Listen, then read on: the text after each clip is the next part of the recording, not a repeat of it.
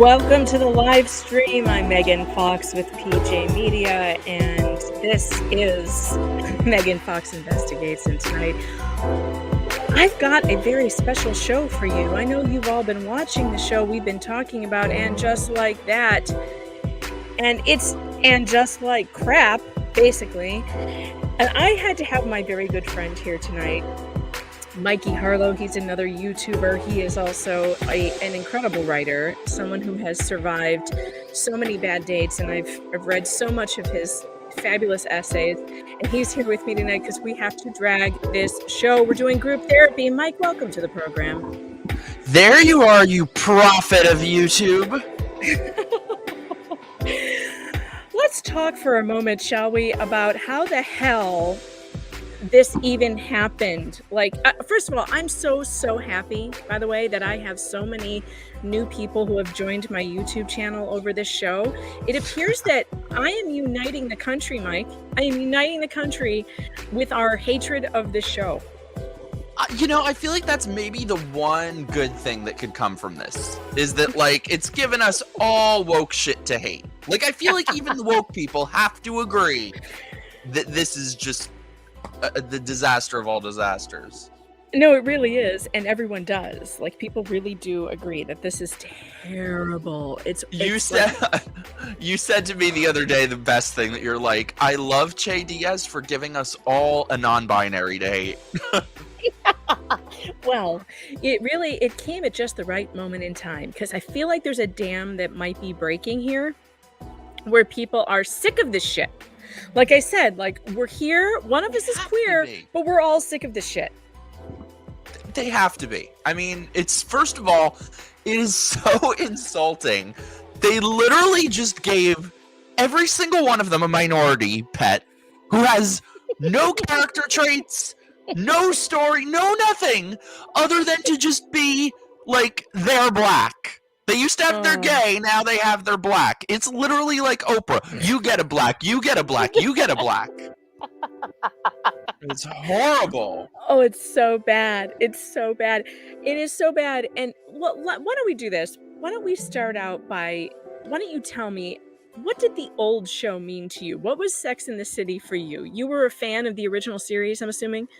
It was so good. It was so good. I hate that people think that the series was this, or the movies. Like, the show was so different. It was so good. Like, I knew things were kind of getting a little bit iffy around the movies, but this is like another level. But yeah, I loved the original show so much. It was so different than the reboots of it or anything have been. It was so different. It was relatable. It was, even, like, people talk about the fashion, even the fashion in it, like, it was cool because a lot of it was kind of like thrift store stuff, Now it's just this, like, grotesque display of wealth coming out of every pore. You know what? I would actually settle. I would settle for. I would settle for a grotesque display of wealth at this point. Right now, they all look like bag ladies. Like, come on. They look terrible. They look absolutely terrible.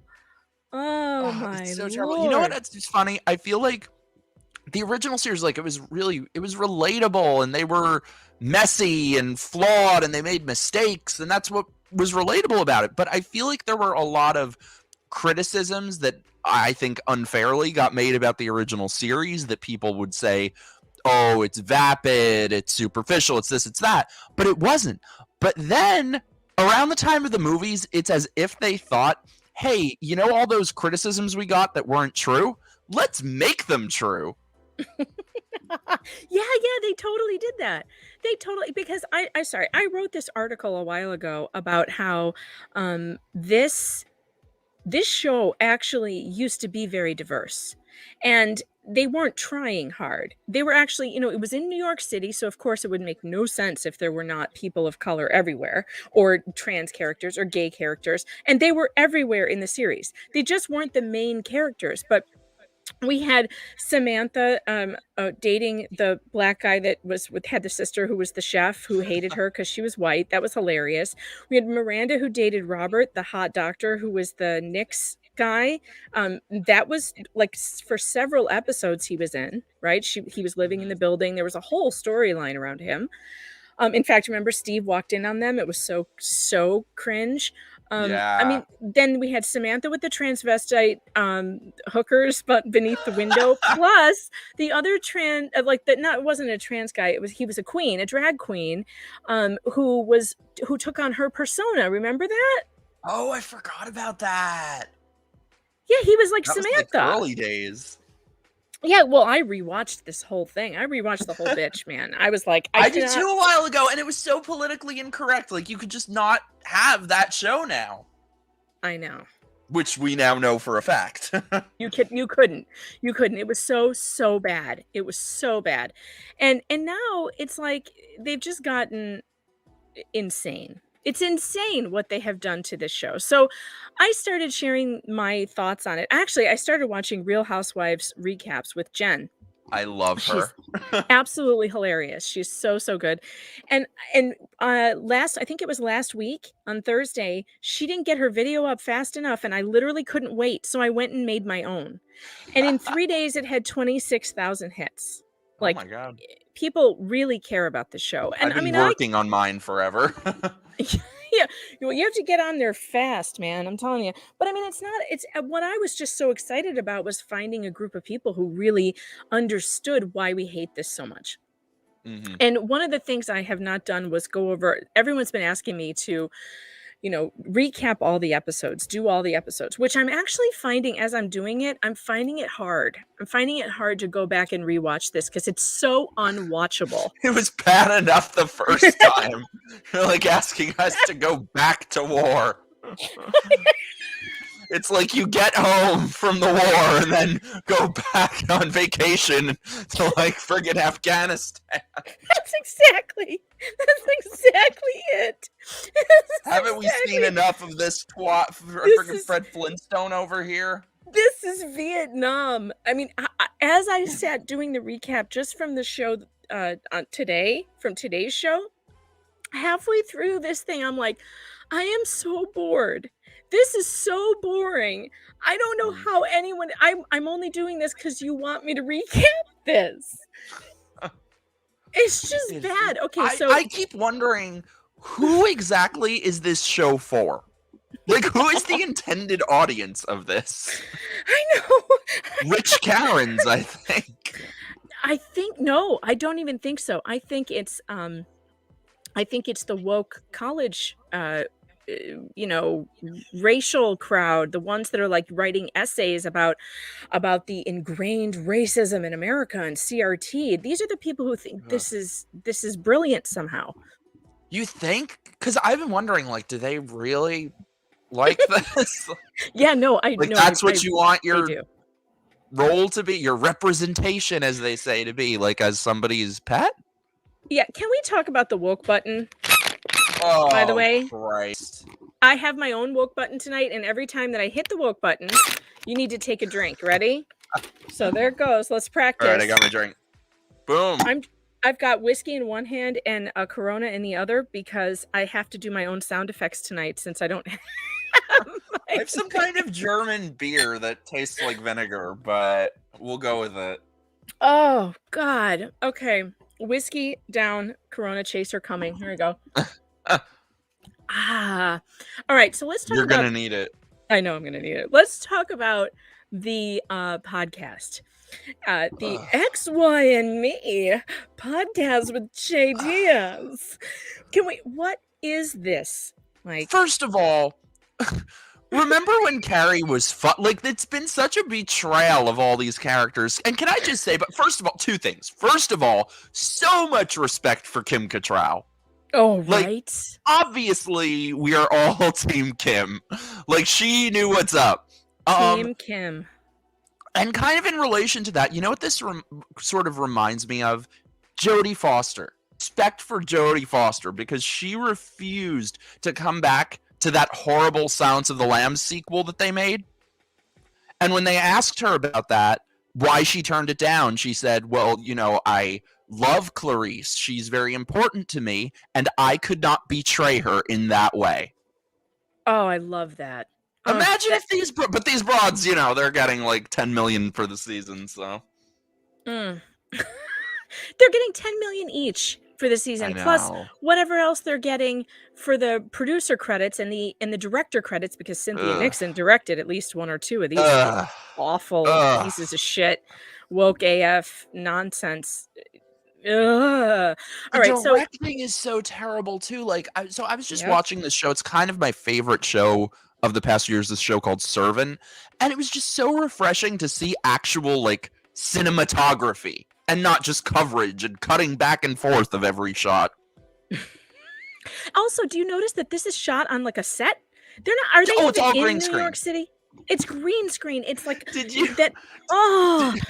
Did you see the photo they posted of them filming Carrie's window? And it's this horrible, it looks like paper mache, the soundstage that it's on. Yeah, it's bad. It's bad. Oh. It's really, really bad. And I think obviously they blew the budget on paying these bitches, and they're ruining the whole show. Kim Cattrall really is the wisest woman on earth, and she must be laughing her ass off. Can you imagine sitting in Kim Cattrall's living room watching this shit? You know what it reminds me of? My family's in the music business, so like my dad told me this story about like, remember that musical Gypsy? Yes. So like the woman who played the role on Broadway didn't get asked to play her in the movie. So he was at a dinner party at her house around that time and told me that she was playing, like, the woman who played the role in the movie, they had to dub her voice because her singing voice was so terrible. So the woman who was angsty about that was playing the records of this woman's actual singing voice for everyone at dinner parties. And you know that's what Kim Cattrall is doing. You know she is sitting there watching this and showing it to people and feeling really good about herself. Oh God. All right, so let's try and get into episode 3. I don't know, like it opens up and she's like grieving. She's still grieving. Big is dead. Oh, and like grieving my ass. She hasn't shed a single damn tear. She was more upset when they stole her friggin' shoes. I hated the fact. I mean, this is just like a profile in narcissism. I hated the fact that when he's dying of a heart attack, she is literally staring at him, doing absolutely fucking nothing. Are you surprised, though? It's insane. She's been a selfish bitch for like and I love how like true. Okay, that's what I haven't understood. Since the movies, I have not understood that. Like, do they not realize how insufferable their lead character is? You know what? I didn't even notice it though. I just realized it myself. Yeah, I mean, I didn't really notice it when I was watching it, and I think it's because I was in my 20s when I was watching this. No, I don't mean on the show. I loved her in the original, but I mean like from the movies but she really onward. Was. No, she was really bad in the original too. She really was. She was really shitty to her friends. She was never there for them. She was never there. She was always like, it was all about Carrie all the time, 100%. And that is true that she is still like that. Like, and she was always like that. And I don't know why I didn't notice it. And she even treated Samantha like total garbage, you know, judging her about the UPS man or whatever. Like when you have a friend and your friend's kind of slutty and you're not slutty, it's really not okay to be like all up in her shit about it. Like you can just, if you're worried about her, you can say, hey, you know what, I'm kind of worried about this. Can we talk about it? But you don't make sarcastic, mean comments to her. And she was all about the mean, sarcastic comments to her. Samantha is just so much better off. She is. I hope she got better friends. Yeah. Well, yeah, but I feel like she at least had.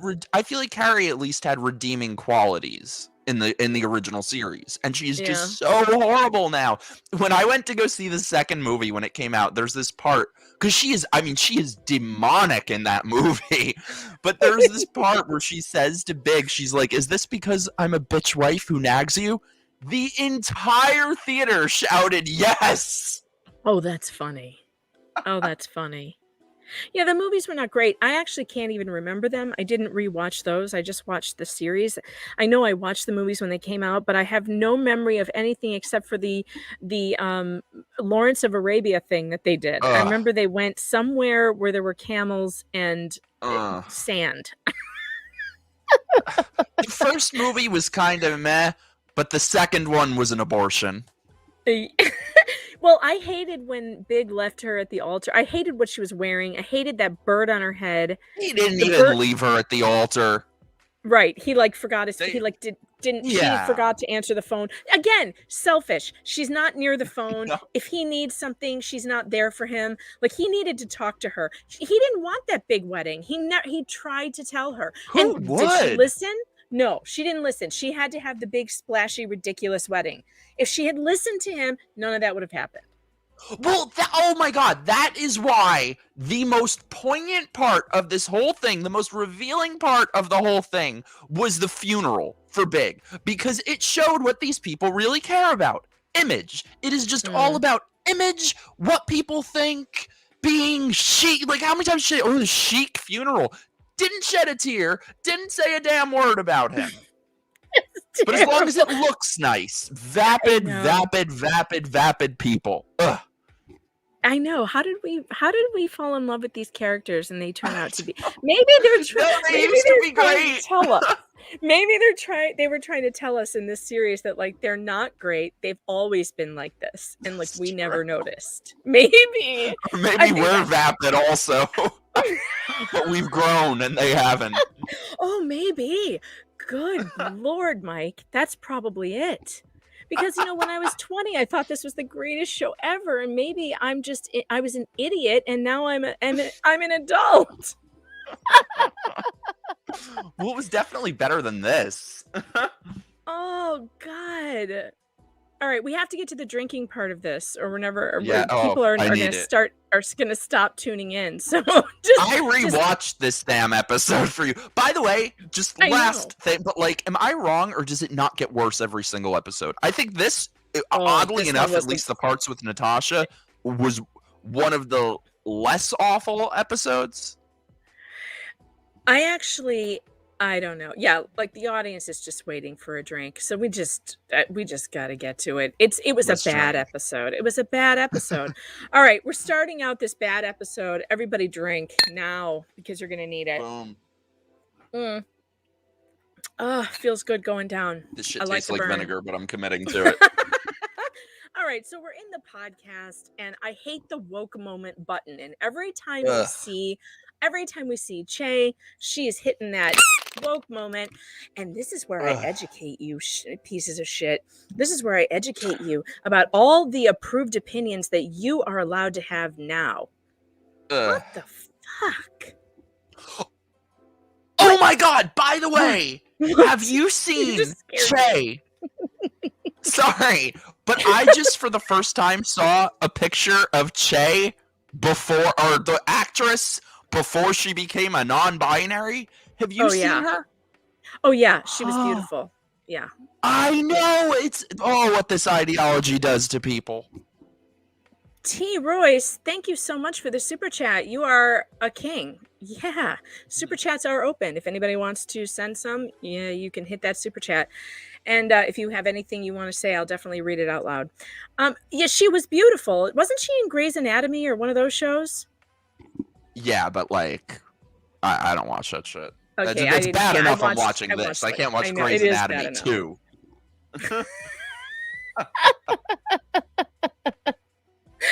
I'm telling you what, I just think this thing is nuts. See, Tina says, brave souls to play a drinking game with this show. Alcohol poisoning waiting to happen. For me, it's true. It's true. Can you imagine if we drank every time Carrie says me or I? Or my husband died? How about that one? My husband died. The writers are relying on this, and in fact, in the scene you're looking at right now in the podcast studio, right after this, she's like, "Oh yeah, I'm in mourning. My husband died. Sorry, my jokes weren't on. Sorry, my jokes weren't on par." Or whatever she said. She was like, "I tried." I mean, She goes, "I got a few." She goes, "I got a few zingers in there." Look at Che's face. And this Che person, Fred Mike, Flintstone. would you please explain to my viewers who are new to me?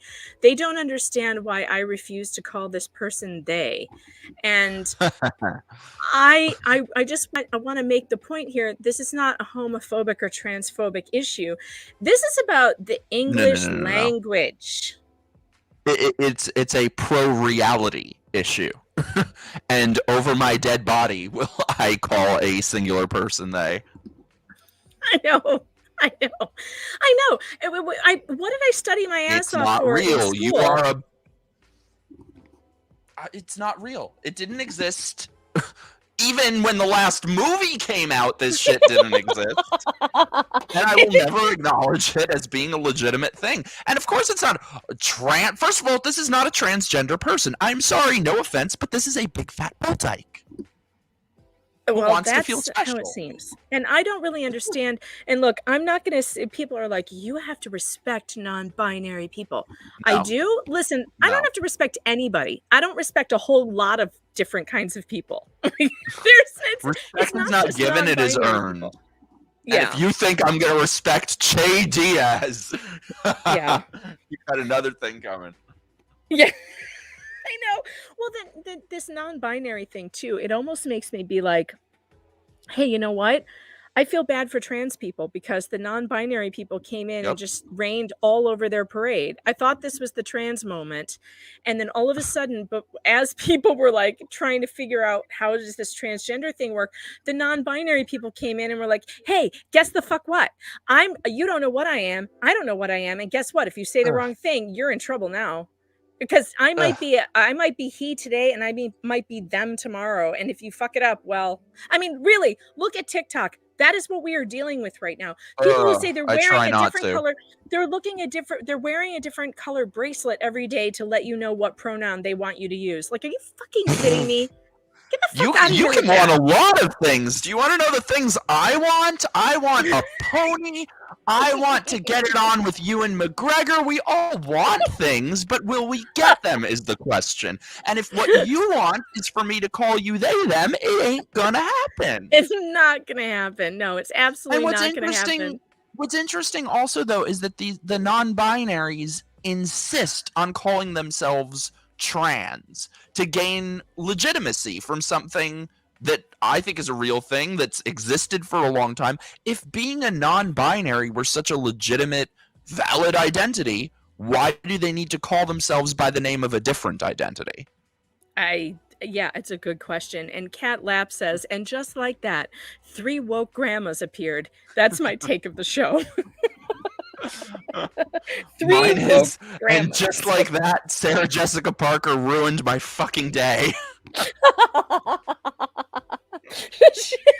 You know, a word about Sarah Jessica Parker. She is is it just me, or is she an extremely unlikable person? And now we're not talking about Carrie. We're talking about the actress herself. Like, I feel like she's tried to have this like public persona of this really nice person, and I don't think that she's nice. No, she's got to be a nightmare. Oh, did you hear Patricia Field hates them too? Oh, yes. Yeah, she did. She was like, Sarah Jessica Parker thinks she knows everything, and she does, which I don't agree with. And Cynthia Nixon thinks she knows everything, but she doesn't. I thought that was interesting. Hey, Maddie, thanks for the super chat. Hey, Maddie, I love you. It's hilarious. I don't here. Maybe you can understand since you're the resident gay tonight, Mike. Pretty Awesome wants to know. I don't understand how Che is bisexual and non-binary. Can you explain that, please, resident gay? Of course I can explain it. See, we are living during the times of an attempted communist revolution. And what communist revolutions like to do is mess with your sense of objective truth and of reality itself. These people are trying to remake reality itself in their image. So, of course, you are an intelligent person with common sense and a brain, and I like that whole Midsummer thing you got going on your head. That's pretty cool. So you know that bi means two. It makes no sense. None of it. It's not supposed to make sense. You're just supposed to obey. You're just supposed to obey. Let's have a drink for Pretty Awesome. Drink. Yes. Because people she's need awesome. to get a lot more comfortable with the word no. Say no. Yeah. Just say no. Absolutely. Just say no. All right. So, what do you think about these the designs that they're putting these women in? Like, look, Miranda's here. She's wearing a plaid blouse. It's tucked into her skirt. Carrie is wearing. I think my dinner table wore that much better. This is why I asked you here. This is exactly why you're here. Carrie, I have noticed that there is an issue with this with the fashionistas on the show who think they're fashionistas. They keep putting Carrie in these huge, big coats. What's with the big jackets over the dresses? Cousin it. Oh my gosh. Hey, somebody adores you here and wants your address to send you a late Christmas present. Oh, that's sweet. I'll DM you after. I mean, what is the deal? Why do they keep Carrie's like Sarah Jessica Parker's a thin woman. She has a nice looking body, and yet this costume designer, I don't even know what you call her, fashion designer, whoever chooses the wardrobe, like effing sucks. Like why are you covering her? You could call her. What? I don't want to be that much of a bitch, but look, the gloves are off. Like, this is just awful. It's awful. Okay, so they go in. All right, we're getting there, people. We really are. I'm just saying, have you seen a picture of this Molly woman who's doing the clothes on this? Oh yeah, let me see if I can pull that up. What is her name? What do we call her? A fat slob who likes to wear tablecloths. I have to find that picture. What do you call her? A wardrobe person? Wardrobe Molly? Just imagine if, like, remember Free Willy? Just imagine if he put on a wig and wore a tablecloth. Oh my god. Okay, I didn't find a picture of her, but I did find here, I just Googled. Here, I'm going to share this because it's so funny. I Googled the fashions of and just like that.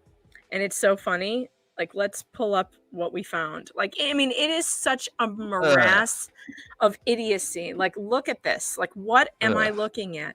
When did she become the old bag lady? Look at this. Well, that's the thing. And, obviously a lot of other people are pointing that out too, but like, they're making them out to be just these old hags.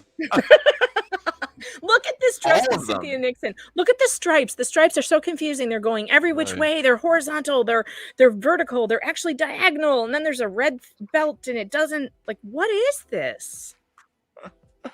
I think that the behind-the-scenes people must hate them just as much as Kim Cattrall did. It feels that way. Actually, everyone hated this with the tutu. This was actually my favorite outfit of the entire thing. It was my favorite thing. And I think her sad outfit that everyone hated was better than a lot of them. At least you remember it. What sad outfit? That one on the right. Oh, the Carrie on the Prairie? I mean, it's hideous, but at least it's memorably hideous. I call that Carrie on the Prairie. That's Carrie on the Prairie. I don't. That one just, to me, she looks like a Mormon. But the one in the middle with the tutu, everyone was like, "Oh, why is she wearing that?" I actually think this is the only thing she has put on this whole season that harkens back to old Carrie. That made me think, yeah, she would totally go out like that. She would. That's a Carrie Bradshaw kind of thing. Yeah, I mean, it's colorful. I mean, I didn't hate that. Of all the things they put her in, look at this thing on the left. Look at the thing on the left with the pink. Oh my god, that's hideous. That is hideous. And which again, I want to point out that, like, the thing that was cool about the fashion in the original series is that it was inventive and it was unique. And then the movies, it was just like, how much money can we throw at this? And this, I don't know what the hell it is. It's so bad. It's so bad. It's just so bad. And It's just kind like of that. like with people who are very unattractive. It's like you get the face you deserve. I feel like they're getting the clothes that they deserve. We're the biggest bitches ever. Oh God. Okay, so I'm probably gonna get a copyright strike for playing some of this, but I'm just gonna just to get through to where I want to be. It'll be worth it. It'll be worth the copyright strike. Actually, we are gonna roast the comedy routine, and I'm gonna play it because I don't care if I get the copyright strike. It's so bad, we need to hear it again. But anyway, they're sitting in this lawyer's office, and they're finding stuff out. And here's what I hate about this: they find out that Big is giving $1 million to Natasha. That's what they find out here. $1 million to Natasha. And we never find out. This story never goes anywhere. It never goes anywhere. I mean, yeah, we find. No, remember the secretary? Yeah, Her? there she is. There she is. Yes, I thought that the season was going to be about her and about Carrie discovering all of Big's secrets, and she would find out all this horrible shit, and then it would come full circle at the end, and she'll realize, oh, he really did love her. But at least that would be some sort of plot. There was not no a good plot one, here. but also, by the way, Big's secretary was the only person who loved him. Clearly, yes. Although I did, well, she couldn't even do friggin' CPR. I have to admit, though, that I liked Carrie's and Big's relationship. I thought they were good together. They were both full of themselves, and so they two went selfish well assholes. Right, two selfish assholes. They deserved each other. Two selfish assholes. That's exactly how we should be describing this. You know, I just feel like, okay, so she finds out that there's $1 million going to Natasha, and of course, what do they have here's the thing they do in the show that I absolutely freaking hate. They do it every single thing they've done in this season has just been a repeat of something we saw before in the previous seasons. She's already stalked Natasha and made Natasha apologize, or let her apologize to Natasha. She already did that back when, she pushed her down the stairs or whatever the hell she did to her when she was cheating with her husband. She already did this storyline, and now they're just going to repeat it. So she goes and she chases after Natasha again. And it's like, come on, you know who I miss? And I have to say, I think that was probably the closest thing to being good in this whole series yet. I think the only time that I think Natasha being on screen was the only time where it was like, oh, at least there's good acting. She's a good actress and she looks great. And the show should have just been about Natasha. Okay, well, that brings me to my next topic. I miss Stanford, and I'm so sorry that Willie Garson is dead because we're going to disagree on this. Oh, we are? Oh, because here's the I hate thing. him so much. Do you really? Because I find him and Anthony hilarious, and if I were going to watch a spinoff, I would watch it about. I think he and Anthony should have moved to London and hung out with Samantha, and I'd watch that all day long. You hate Stanford? How can you hate Stanford? Oh, I hate him so much. I've literally. So what? Just ask yourself, what is this person? What is he? He is. I don't mean the actor. Okay, now I feel really bad because I've been shit talking this person for about 20 years. So now I feel bad. God rest his soul and all. Yeah. However, so just to be clear, I'm talking about the character, not the actor. Right. God rest his soul and all that. We love Willie Garson. Yeah.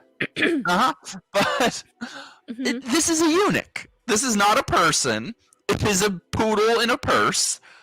And so I've always had in my head this book that I wanted to write about the media created archetype of the gay male eunuch. Well, that's and true. I've always wanted to call that book. I've always wanted to call that book Goodbye Stanford Blatch, but now he's dead, so that feels in bad taste. I know what you're saying, though. I can hear what you're saying, and from your experience, I can definitely see that because he is a stereotype. He is absolutely a stereotype of a gay man that Hollywood loves to bring out. And that's kind of why I like Anthony, because Anthony is so alpha. Yeah. Anthony's the most alpha guy. And I've said this, he's the most alpha guy in the show. Anthony does not fuck around. He will call you out on your shit. And okay, imagine this. You're walking down the street in New York. You've got Stanford on one side. You've got Anthony on the other. You get mugged. Who's going to help you? Yeah. Anthony is gonna That's great. fuck that guy up. You know that, right? Yeah. Because he's got testosterone. The guy is like, he's manly. So what? He Yes. likes guys. He's not, but he's not, he's a man, which is why it Which is why I bothered was me. so incensed that they had him marry this eunuch. Yeah, that is kind of weird. But then again, like, I don't know. How does it work? And how does it work though? Is the manly gay guy attracted to the more feminine gay guy? Because that would No, make sense to never, me. never, That's not the truth? never, Oh, we're learning so never. I many mean, things maybe tonight.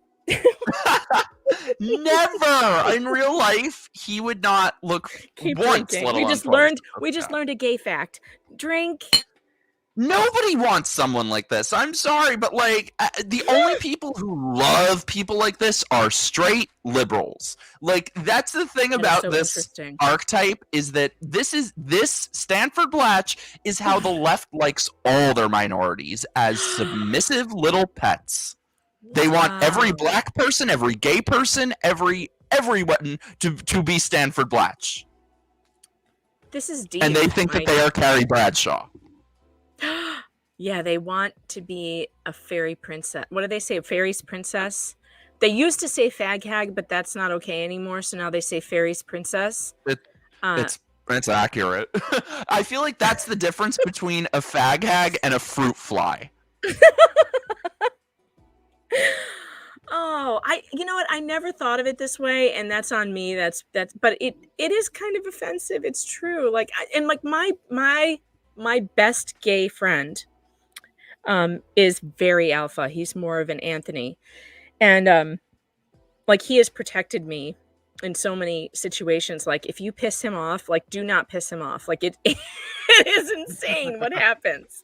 And if you piss him off, like I'll never forget it. He used to take he used to travel with me with my kids. We would go like to different zoos all over the country, and he would just be my traveling companion. It was so nice because my husband was working all the time and I was staying at home.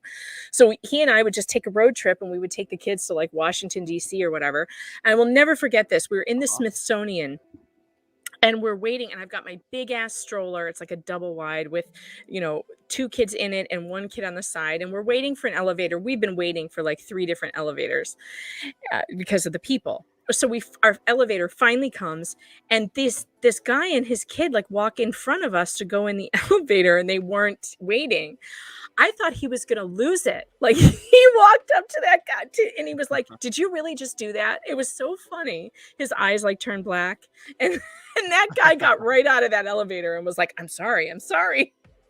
I mean, this is the thing though, is that he doesn't fit any stereotype that I've ever known that Hollywood shows us. And I feel like people like him must feel really underrepresented. You want to talk about representation? How come we don't have more Anthonys? Oh, because, well, don't get me started on that shit. I mean, a representative from GLAAD is literally in the writer's room of every single show with a gay character. So it's very deliberate that we see what they want us to see. Mm. You know what I mean? Like, Yeah. They want people to be weak and malleable and disempowered. Like, this person... I love Curb Your Enthusiasm, by the way. Helena, I love Curb Your Enthusiasm too. You don't seem gay. Yeah, I mean, look, gay people do not act like this. It's true. Like you don't. Well, but then some do because they Some see do. that's the problem. Some do. Well, but Some do. in my opinion, at least, I think. Well, nobody lot of I'm them friends see with. shit like I'll this. put it this way: none of them I'm friends with. At least Same. I couldn't. You're not like that, But and my bestie's Thank not you. like that, and I don't really hang out with people like that. I've never Oh, I have. could Although never. I've had gay friends my whole life. I had my gay best friend in college was a dancer, but he didn't act like that either. He was pretty street and tough too. Like I don't know. I think Why do they I do think this? a lot of them see shit like this and think that that's the way to be accepted, and that's the way. It's very crowd pleasing to just turn yourself into being like another person's pet. Like this is a grown man. Like in this scene, he's a grown man at the In this, end yeah, of in his this scene, life. he's He's complaining that- about like what the straight women think. Like he's literally just their fucking pet. Yeah. Right. He's talking to his therapist about what Charlotte Ugh. thinks about him, which is Ugh. really Insane. All right, so we're gonna drink every time we come across a gay stereotype in the show. Ready? Drink. We're not getting drunk fast enough, Mike. This is not going as I had intended. All right, so we're back in there. Okay, we know that we're skipping ahead because we know. Okay, this lunch scene where Stanford is getting hit with the door of the kitchen is so bizarre. Should have hit him harder. You know Anthony ain't hitting that. Come on now. Can you imagine Anthony sitting in that chair? Oh. T. Royce says, I was conditioned to think that all gay men behave that way. So when my bestie came out, I was so confused. You know, that's a really good observation. Like that actually, that's kind of upsetting because that does set people up for being, you know, really shocked and not understanding what this is like, right? Doesn't it? Mm-hmm. It sets people up to be confused, which is not okay. Yeah, it was like for me when I was younger, when I came out, like it was just kind of shocking when you would encounter those Carrie Bradshaw types in terms of the role she has with him that would try to treat you like that. Like you are just there, like a lamppost for them to talk at you about themselves. Ew. And what's funny is I have to say, I've pretty much only experienced that from liberals. I think it's a very leftist thing, you know, because they do see themselves as superior. Yeah, and I'm like thinking of all my gay friends right now. I'm thinking about Ricky Rebel. Like Ricky Rebel he's also such an alpha man. Like he's someone you are not gonna mess with either. Like it's funny that like I'm trying to think in my head now. Do I even know anyone who behaves like this? And I don't think I do. Not that they don't. Oh, I've known people who twist themselves into it. I guess they're not attracted to me and I'm not attracted to them to be friends, you know? Literally. Yeah.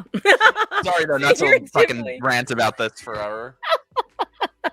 I know. All right, so what happens after this stupid lunch? Okay, so they're sitting here, he's whining about the door the entire time. Oh, she goes home.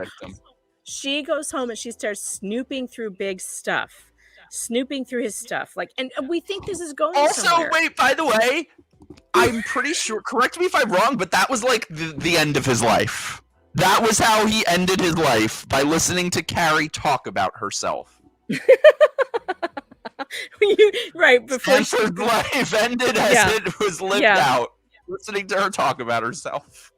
Oh, this is interesting. Maddie says Stanford is a safe gay. He's a safe gay. That's pretty interesting. Yeah, he is a safe gay, and you know what? Mikey Harlow is not a safe gay. In fact, Mikey's show on YouTube is the unsafe space. And so if you feel like that's Carrie's show, but I'm on it a lot. Oh well, you're on it, so I feel like it's your show. But Maddie is an unsafe gay. Yeah, I mean this idea that that you know, gay men or women are so fragile that you can never criticize them and you can never talk about them or say anything critical about them. I get some of these comments, like, because people who don't know who I am. Oh, it's so funny, Mikey. These people who have never been on my channel, they don't know who I am. And so they come on and they're like, you know, I really feel like, you know, I like what you had to say, but you know, and then they try to educate me, and I'm like, fuck you. Very problematic. Fuck you. You will not get away with that on my channel. You will not get away with that on my channel. Fuck you. This is America. I will say whatever I want to say, and you will just either fuck off or go to another channel. I mean, I am who I am, and you are who you are, and I will allow you to be who you are while you allow me to be who I am. Get off my fucking lawn. That's my answer to everything. Oh, I love you. I love you. Can you hear me, by the way? It says my mic came out. Can you hear me? Yeah, I can hear you. You're a little fuzzy, but we'll deal with it. It's fine. Sorry. It's fine. I mean, oh, okay, so this is interesting. Grady says, I think the only time I ever seen a gay character not meet the Hollywood stereotype is when they play a villain in sci-fi movies, and that's sad. Yeah, I mean, You're right. There's not for all the crap they talk about representation because they're so overrepresented on television, by the way, Mhm. because Mike, you're in the dating pool in the gay world. Is Ugh, half the country gay? Is 50 are no. 50% of the I people I gay? wish, selfishly, but no. But that's how it Are there seems on better odds TV. of not dying alone? That's how it seems on TV, right? That every other person is gay because the representation is so skewed at this point because they've Glad, like you said, is on every board of every show. And so they must Ugh. put their representation in. But for all that representation, there is no one on TV like you. And boy, would I like to put you on TV. Thank you. I would, though. I mean, Um, you should be writing this show. You have the most horrific. ooh. I've been teasing my audience that you have like the most horrific dating stories that have ever existed in the world. Like, I don't know how you've survived your dating history, but I don't either. I want you to write a book so bad. I want you to put your Aw, essays together in a book, and I will help you get a killer cover designer and an editor. I will aw. help you do this, but you need to write this book because you could be the next, what's her name that wrote this? Bushnell. You could be the next Bushnell. You really could. You really Aw, could. thank And you. I would watch that show. You are so, so creative and funny and Aw. well spoken and you write so well. And that's how I found you, by the way, was through your blog Aw, thank ages you. You're ago. so nice. I love you. I love you. And I Aw, I think you're love so you. talented. I think you're talented. And I want you to be the one in the writer's room, I want you to be the one doing this because you are someone who has never been represented on television. They never represent you. And that or the other people who are in the chat room right now who are like, and in my comments who are like, hey, I'm a conservative gay, I'm a conservative lesbian. How come we don't hear from those people? Because those are the best people, like some of the best people I know, literally. Yeah, same. No, like I Well, you said, are. we see what they want us to see. Look at this. Helena says she'll read it. Oh, T. thank Roy you. says we'd love to see you on TV. Oh, you I guys are mean, so nice. you should do it. You should write a book and we'll just lobby these idiots to make you a writer on something. I mean, how does Samantha Irby? I'm sorry, but did Oh. you watch my video about Oh, Samantha Irby? she's getting death threats now, apparently. Oh, My no, ass. no, she's not. She didn't show us any No, screenshots. I want no. screenshots and I want proof that you didn't set them up, that you didn't do it yourself or have some Nigerians do it for you, because at this point, we don't believe you. All right, can we Samantha talk about Smollett. Oh, yes. God. Oh, can I just say one thing? I promise I won't go off for now. Oh, my God. Okay, so as somebody who, woke moment, drink, don't even. drink. Oh. There is nothing worse than them pushing this shit on kids. Let me just say, as somebody who hopes to have a family someday, God help the bitch teachers in the future who try Right. to say that my Right. kid is a non-binary or transgender. God help you. Try it, bitch. I will sue you. Try it with me. I will See sue what you happens. into next year. I will. And what the fuck is with Harry? He's a high-powered lawyer, and he's sat there with his balls in his wife's purse, while that woman told him that his daughter needs to be called Rock, that his daughter is his son, and he sat there just taking it. He's a high-powered, go fuck yourself kind of attorney. Where was he? Not anymore. Honest to God, why didn't he get up and be like, lady, if you say that one more time, you call my kid Rock one more time, I will serve you with a lawsuit that will keep you tied up in court for the next 15 years. I will bankrupt you. I will take your house. I will take your car. That's how you stop this shit. Preach. Period. And what I found so funny, which first of all, by the way, like they've gotten there are no men in this show anymore. There are none. Like they have just turned except Anthony. Yeah, Anthony's the only one. Yeah. Every man is a bitch and every woman is a bitch in this show. But like, oh my God, that conversation that they had at the school, they were so close to getting it. They were so close. They were so close. Cantina says this commentary is buttering both sides of my midnight toast. Midnight toast. Midnight drink, midnight toast. Drink for toast. midnight toast. Oh, Charlotte and that damn midnight toast. But you're right. I mean, that teacher scene was like insane. They were so close to getting it, and then they leave, and he says, "Oh, it's very humbling for someone who's not your child's parent to tell you what your child is." I was like, "No, you moron! It is not humbling. It is evil. It is demonic. It is satanic. It is repugnant. It's not humbling. You stupid fuck." I love you so much. I love this you. Is why you're it's here. Humbling. Can humbling you for someone else to tell you what your kid is, and let me tell you something. That you can when no I longer was a call kid, her. Go ahead. Let me tell you something. When I was a kid, I was obsessed with boobs, with naked women. You would have thought that I was on track to be the next Hugh Hefner. That's how much fucking kids know. Oh man. I mean, T. Roy says, when I saw the scene with Harry and Charlotte with the teachers, I would never let that shit pass. I've made teachers cry in my lifetime. Yes. So have I, T. Royce. And in fact, you know what? Here's how you lay down that shit. As soon as it starts, you stop it. You go to the principal, you go to whoever you have to go to. And I had to send my daughter to a public school after her private school 8th grade graduation because there was no other option. So guess what I did? I sat down with the superintendent and I told him, I have a lawyer. Here's how I'm going to view this. Here's how I'm going to view her high school experience. Picture us like we are Muslims, except we're not Muslims, we're Christians. and everything that you try to do to her that is against our religion is like forcing a Muslim child to eat bacon. And if you should try to force my Christian child to eat bacon, and that's the LGBTQ nonsense, if you try to force her to eat that, I'm going to sue you. And he was like, okay. And I'll tell you what, nobody has done shit to her. Like one time I had one teacher tell Trump told people to drink bleach hoax in her class, and she got it on. We got it on tape because it was on Zoom. And I took it to the superintendent and the principal, and I said, "This will be corrected. If it's not corrected, I'm going to have to do my job because I'm a journalist, and I will blast it out to the nation because I cannot ethically sit back and hold this information that I have. That would be unethical because there's people out there who want to know what teachers are doing to their kids in school. And you know what? I have to give this teacher all the credit in the world, Mike. You know what she did? What?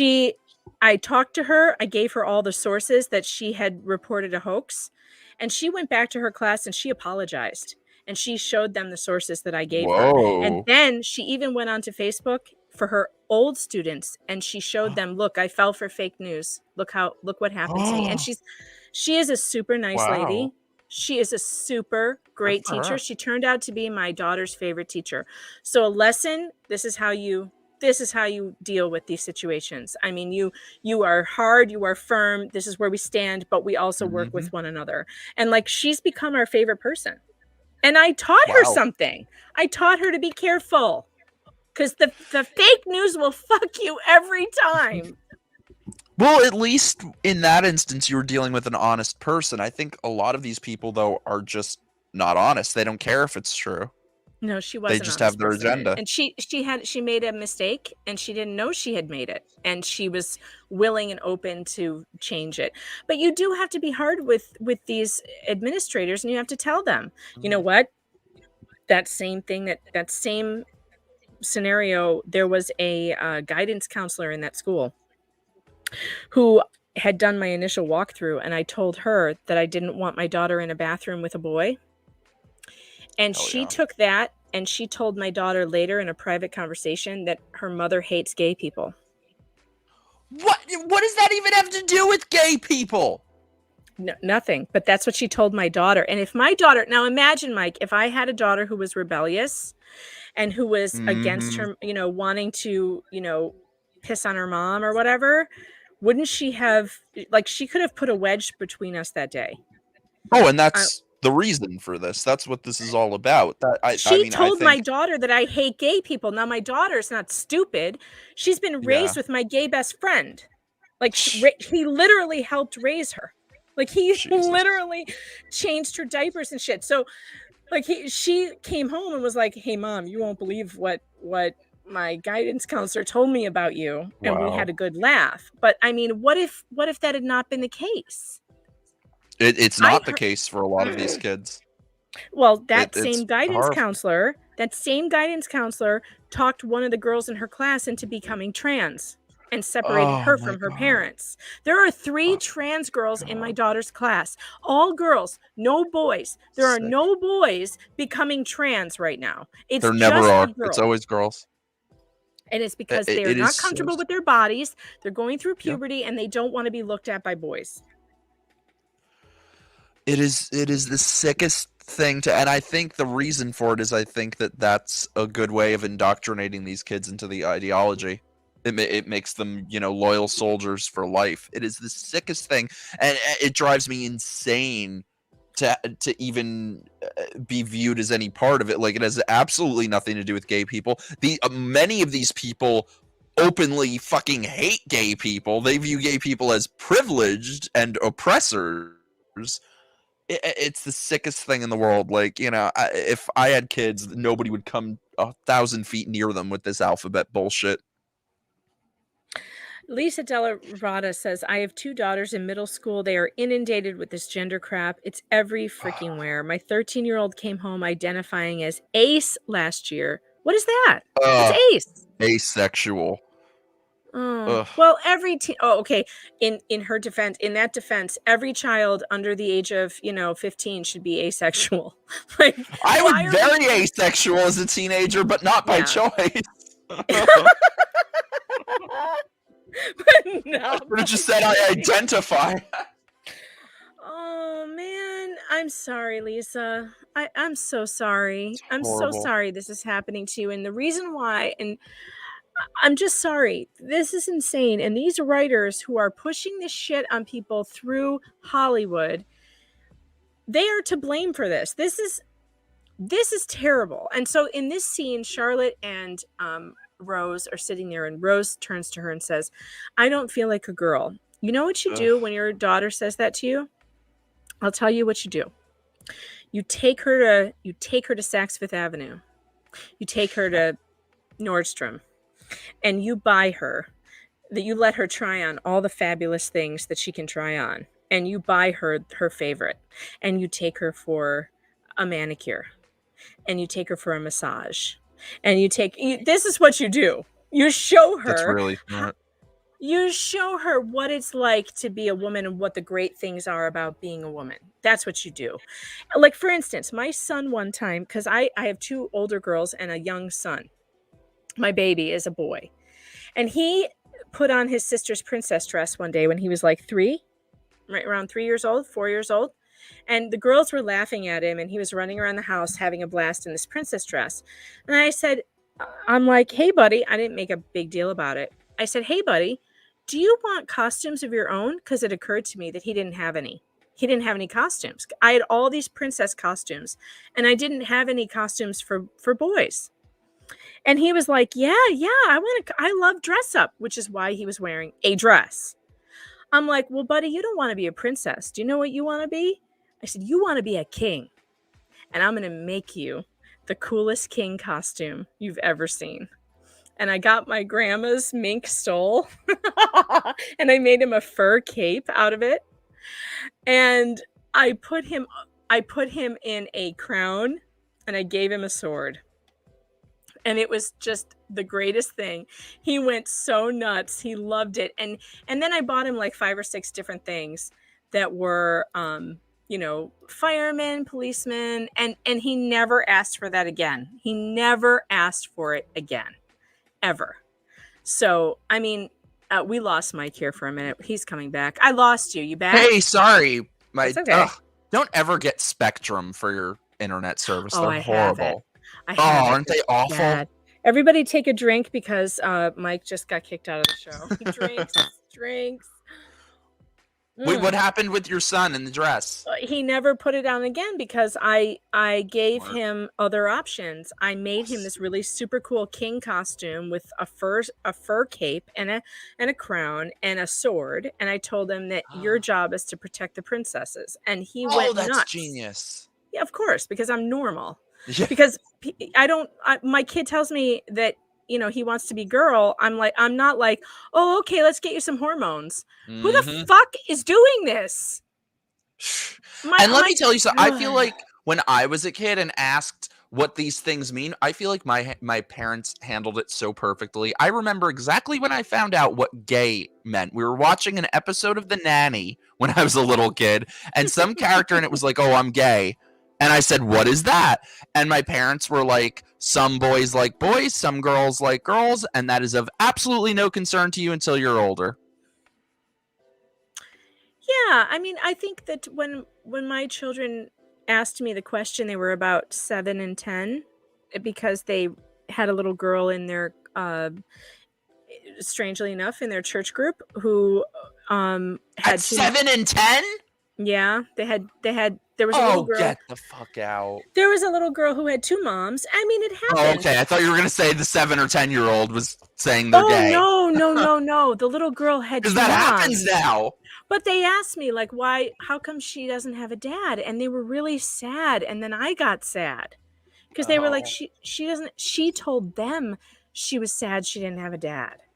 So then I had to Oh. explain to a 7 and 10-year-old why some kids don't have a dad. That was a tough conversation. Mm. But, what was really funny was that What? during that conversation, I told them that our best friend who'd been with us for so long was gay. I was like, "Well, Kevin's gay." And they were like, "What?" And it was so funny because we had never said anything to them. They had no idea. And it was Kids just don't so give a funny. shit. No, kids don't know. And it's just, I feel like you should always answer questions when they ask you and Yeah. not before. You wait till they ask you the question and then you answer that specific question. And you don't go any further until they ask you another one. Yeah, and without like glamorizing something and pushing them into this entire ideology. It is the sickest thing. It blows my mind how so many Well, people are okay with this. oh, and also when they ask the question and you answer it directly, but you don't go further than the question, I feel the same way about heterosexual sex with my kids as well. If they Yeah. ask me the question, I answer it, but I don't go so far that I'm like, "Hey, can I buy you a dildo?" Oh There God, no! Yes, yes, yes. "Oh, let me teach you how to self-pleasure." Ah, Who that's are not these true. people? I mean, did you hear Jada Pinkett Smith the other day? She said her grandmother taught her how to masturbate at the age of 9. No! At Oh! at the age of 9. Oh! I kid you not. Ugh. We're never gonna get through the show. We've been on Sorry. for an hour. You know, it's Hour. because we haven't talked in way too long. I know. I missed you. I miss you too. We haven't talked in forever. All right, what do you about okay, my favorite thing about this show is Carrie's closet. I could live in that closet. I want No. that closet. That closet is bigger than apartments that I've had. I know. It's like this is porn for women right here. Yeah. This is it with the chaise lounge and the whole thing. All right, let's get to the comedy concert because I'm gonna play Ugh. that. And I don't care because the rest of this was so fucking boring. Who cares? By the way, though, look at that scene after Natasha sees her in the window. Look at that scene of how Charlotte and Miranda just follow her around like little dogs. Like it's grotesque. This is not a relationship of equals. Wait, are at you all. talking about the one where she's outside the window? Yeah. But afterwards, Here, like, this oh, Carrie. Just look how they're following after her like little puppy dogs. I'm dying. Friendships or honest relationships in general are a meeting of equals, not this shit. Oh, Like, she is just outright abusive to them. When Mike makes me cry, we drink. Oh. Okay, I just spilled the first beer of the evening. It's a party now. It's a party now. All right, wait. I'm trying to get to the comedy concert because we're gonna play it, and I don't give a shit if I get a copyright strike. I do not care because this is so funny. Because it's not funny, that we have to do it. Are you ready? By the way, I'm probably the only person who is still bothered by this or even cares, but like, you know what drives me insane too? I feel like nobody involved with this show, writing it or producing it, is even from New York. Because that first episode, they were like, oh, we're going to the Manhattan School of Music, and then they go to Times Square, and the Manhattan School of Music is on 125th Street. No one cared enough to notice that. That's good. Look at this. Pretty awesome. I really love you, by the way. She says, when I was 16, my grandma asked or threatened, you not letting boys tamper with you. That's what grandmas should say. Mm-hmm. Grandmas should not be telling you how to touch yourself. That's called grooming and sexual abuse. Oh, and speaking of which, can we talk about, oh my God, Miranda's son banging people? They're underage. What is this shit? And this is how you know these are not Italians. Because I don't know about you guys. I am Italian. This shit would not. Oh, no. This would not be going on in an Italian household. No. Someone would get the wooden spoon and they would be chased out of there. The only parenting we've seen in this show is the parenting advice that lets your kids do whatever the fuck they want. Ugh. And that is from Charlotte to Miranda. It's whatever the kids want. That's what they do. And I'm sorry, but if you are doing this with your kids, you are ruining them. Stop it. You have all the power because you control the Wi-Fi. You control, and that's the other thing. People are like, how do I get them off their devices? They're on them all day long. Turn off the goddamn Wi-Fi. Turn it off. You're such a good mom. I mean, I don't understand. My kids are not on TikTok. Ugh.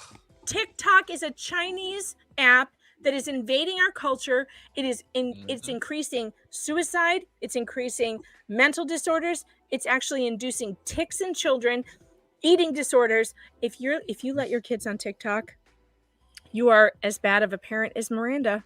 And I'm trying to be nice, but I've had a few drinks and like I'm double fisting it right now. And I'm just gonna say it. That like you are being a bad parent if you let your kid on TikTok. No fucking. There's no other explanation for it. You're just bad at this. So stop it. Take TikTok off the phone. By the way, everyone's like, well, how do you keep them from getting new apps? Guess what? I have this thing on the phone that it makes them ask me for an app. And I have to say yes. And it requires it requires my thumbprint. Oh, I love you. My children are my children and they are minors in there. And by the way, if your kids like go off and shoot people, you can get arrested. So if you're not on top of this game, like it's your job. Anybody who's like, you're invading their privacy. It's like, no, I'm keeping them out of jail and me out of jail. And out of mental jail too, because I think like just look at these characters in the show. This is a very expensive prison that they are all in. These aren't happy people. Would you want their lives? You might want their bank account or their wardrobe, but would you want their lives? No. It's deep. I'm telling you, that's deep because you're about to see in this comedy concert, which I've never fucking heard of a comedy concert in my whole life. Comedy concert. What is a comedy concert? But she goes into this thing about how she starts ranting about how you want me to be sad and alone. What? I've never wanted anyone to be sad and alone in my whole damn life. I will take her when she goes, I'm not sad and alone. I'll take things that sad and alone people say for 600, Alex. That's what I'm going to start saying. I'm not sad and alone. You're I'm not sad and alone. I mean, you're so right. It's projection. All right. T. Royce just brought up a very good point we need to address. We need to address this right now, Mike. I feel like Michael Patrick King is getting some sleazy pleasure out of writing Brady's scenes. I feel that. I feel that. There's a You know creep what? back You know there. what made me realize that? I listened to this horrible podcast that they have, the The writer's writers' room. room. Oh, Yeah. and he brings it up like friggin' clockwork, and he just looks like a diddler. I'm sorry, let's face it. He does. He does. No, he does. I don't understand how he was involved. Have you seen Jen's videos where she does his picture with the mouth moving? Oh, I love her. Yeah, It's the funniest we need to thing be you've friends ever with seen. her. I know. I need to make friends with her. Although I'm afraid that she's afraid to be friends with me.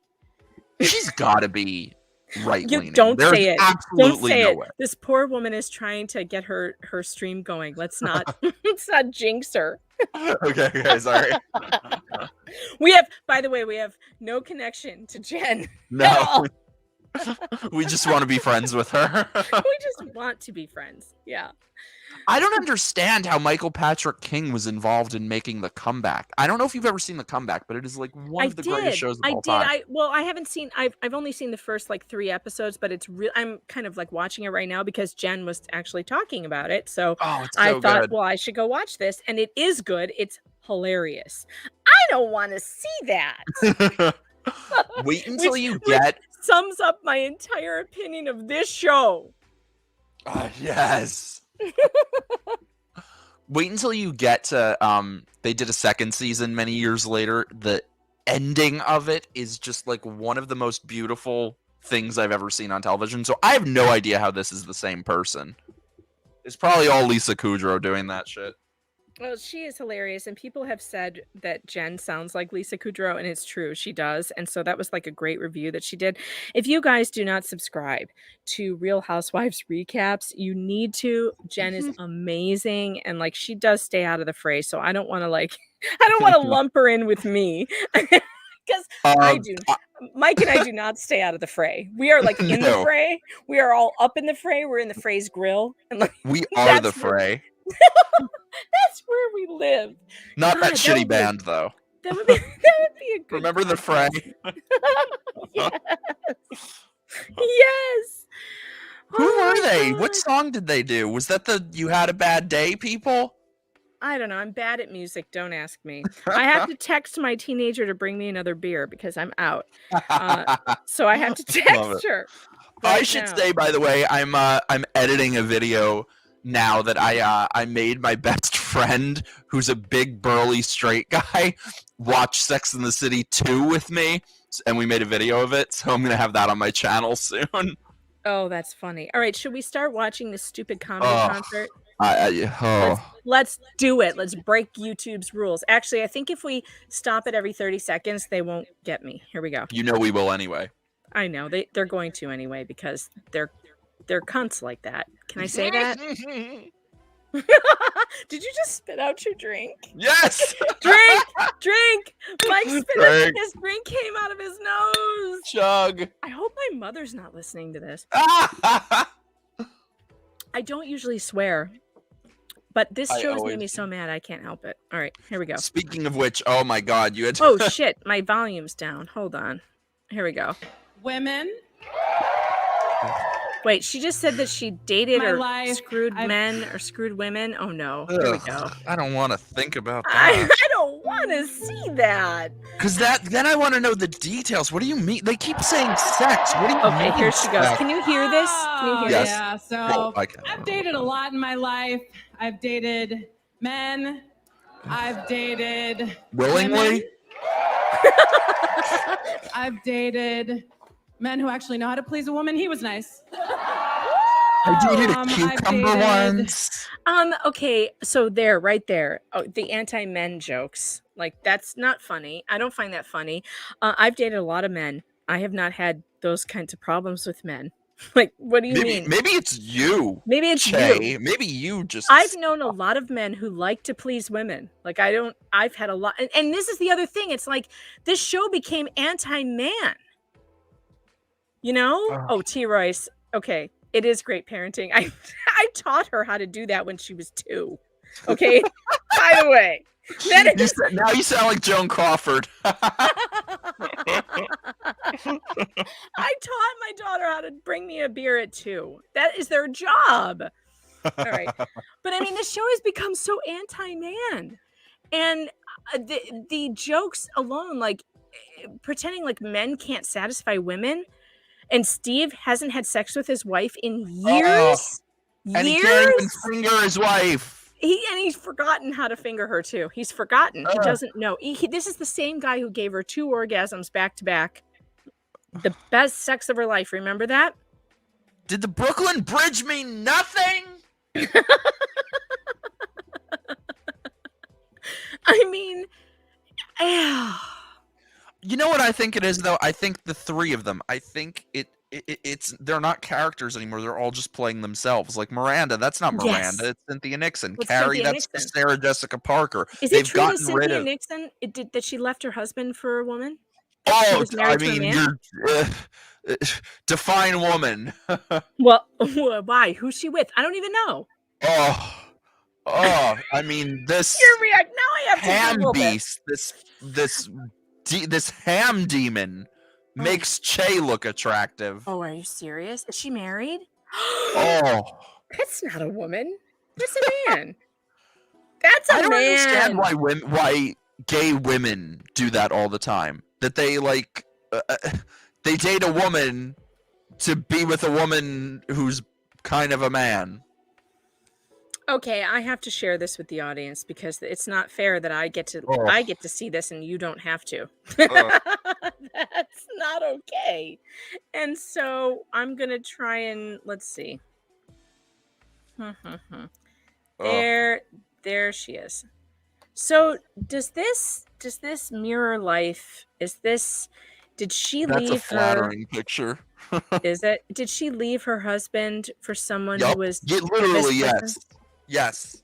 She left her husband for this person. She was married with a kid or kids. Oh, and guess what?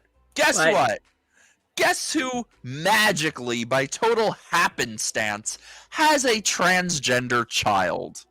Oh no. Do they really? Mm-hmm. How did that happen? I can't imagine. That seems unlikely.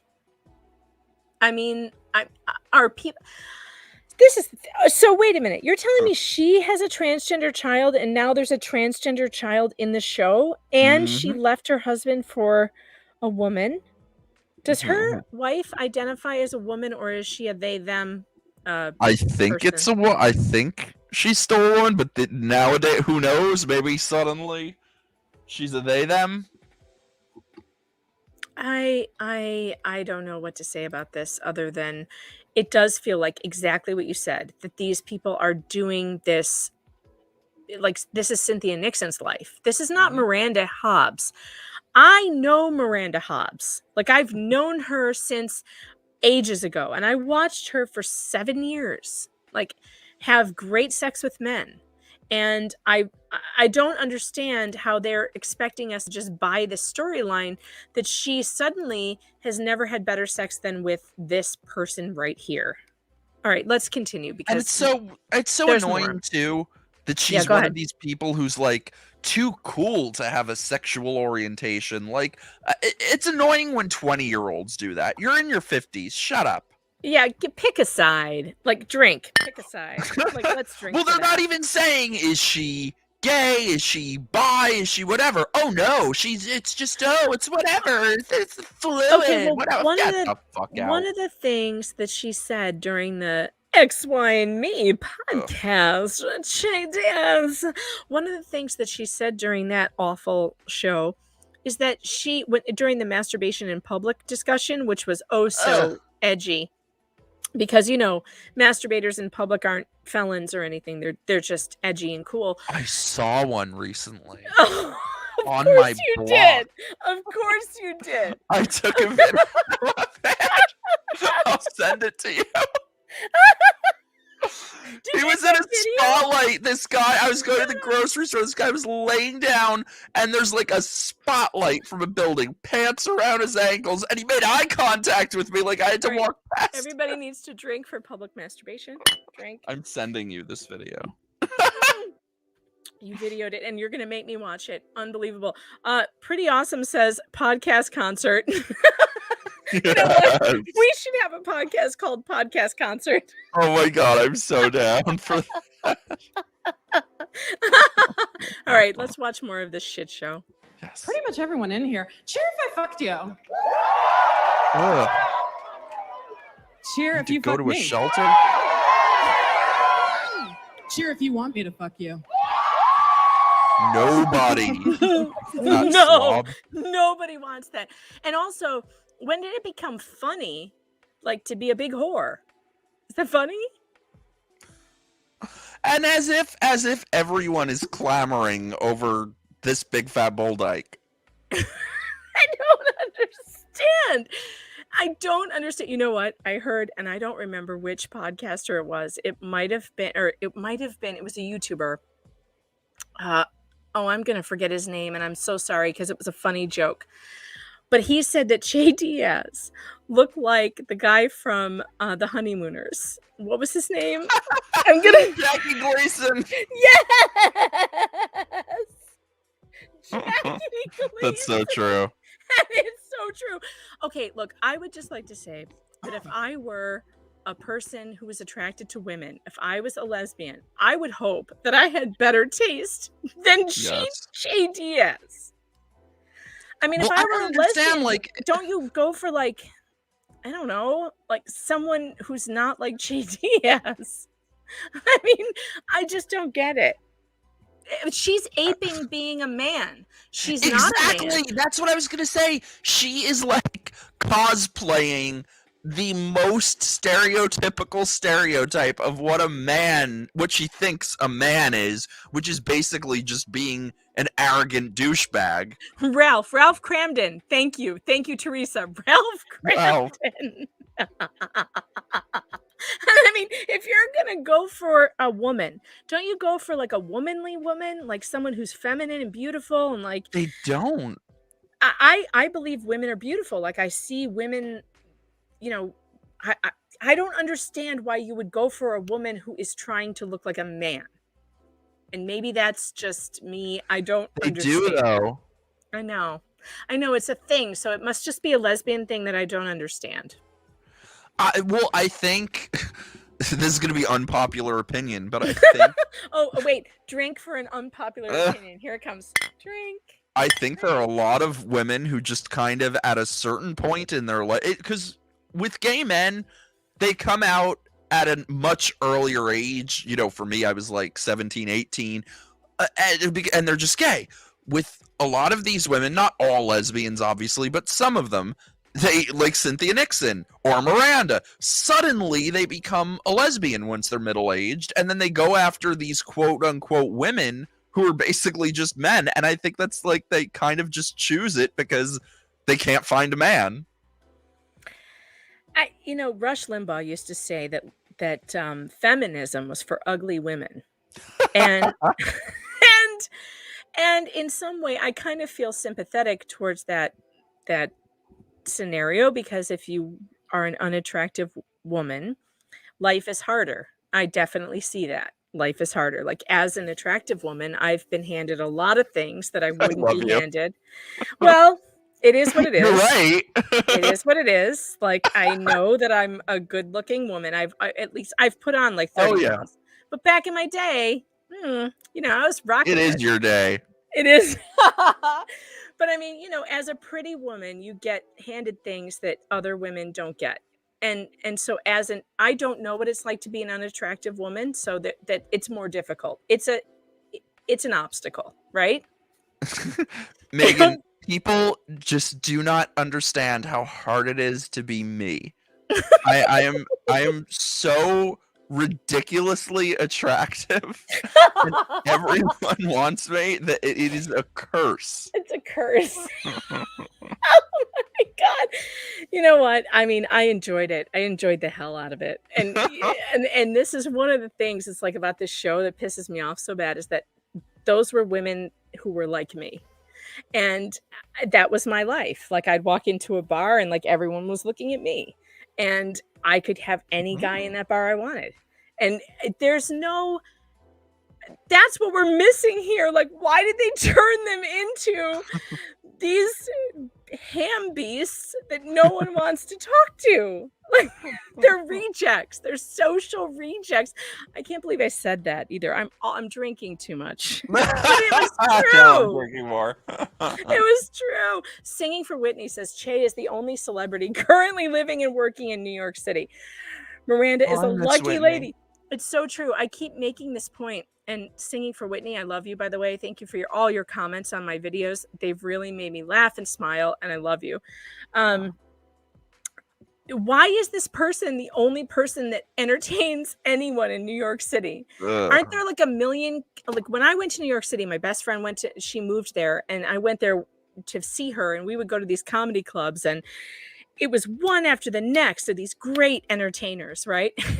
This show, Che Diaz is not only doing the comedy concert and the Netflix special, but she's at the school auction, and she's also at the Pride Parade. Did you see today's episode, by the way? Of course. God. Well, you know, as someone who is currently stuck living in this hellhole city, I think this is actually inadvertently a very accurate depiction of what New York City currently is. Sexless, joyless, laughless, that's so sad. hopeless. Hopeless, sexless. There's no sex in Sex in the City anymore, which is why they had to change the name. And just like that, the sex died. Yep. There's no sex. None. It's so bad. It's like my love life. Oh my God. I'm not sad and alone. I'm not. All right, we're almost done with this. Sorry. I assume there'd actually be seats. You know, a lot of people have no idea how to process gender individuality. And that is because every time we are represented in mainstream media, we have to be from some other galaxy. Okay? That's not a joke. Or like some super skinny funny. model. Or like an ethereal Super magical skinny elf with an model. ethereal magical elf septum nose ring. I actually don't know what she's talking about. Is she talking about non-binary people or queer people in general? I don't like that word. Gay people in general. Yeah, that's a terrible word. I don't know why they use that word, because then when I use it, I feel like I'm using a slur. You know? It is. You know? It's disgusting. It's because that's what they fucking are. You know. I mean, I don't even know what she's talking about. Ethereal aliens are represented by, is she talking about, I don't know. Let's just continue, because I don't even know what she's saying right now. It doesn't make any sense, and it wasn't a joke, and they shouldn't be laughing. Oh, and check it out. When we are earthbound, we are always at a murder scene, never at a birthday party. Oh, and there's always only one of us, never with a friend. Just one sad non-binary character, or just one sad trans character just wandering. I'm so sad and alone. I'm so sad. Look, it's okay to be sad and alone, all right? There's plenty to be sad about, but I have got news for those motherfuckers. I'm not always sad. I laugh. I think she all is. the fucking time. The laughing is forced. No one is actually laughing at this. This is not funny. And I'm a person, Mike, who appreciates comedy. I feel like I can laugh at a lot. I can't laugh at this. This is not funny. This is like watching someone at their therapist working out a problem. Yeah, but look at the people in the audience. They're all as miserable, sad, alone, and unwell as she is. It's so bad. Emotionally unstable people attract emotionally unstable people. Oh, it's so sad. Like, I actually thought we were going to laugh more at this, but now I'm just feeling sad. I'm feeling sad for her. Like, and that the fact that they're trying to portray this as something that there would be a crowd of people cheering on and like, yay, yeah. Like, are we really? It's 2022. It's 2022, Mike. Do you feel like you can't go out in society right now as a gay man and be accepted? I can't, but it's just because, like I had mentioned, I'm so ridiculously attractive that everybody just comes at me and wanting to sleep with me. I can't go out in public. It's so hard. I can see where you're coming from, and that one. No, you delusional. are. I don't know what planet these people. God, You're ridiculously good looking, though. It's true. Oh, whatever. You are. No, but you are, and it's true. Aw. So I know that everyone's trying to date you, but I mean, and the I promise you.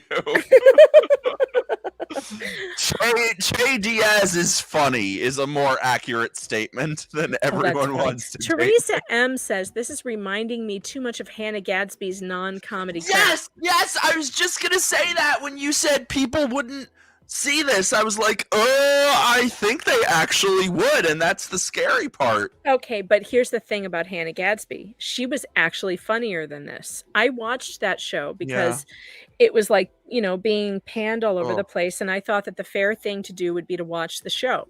I did watch it. I actually laughed and I cried because I thought that her show that she put on was wonderful.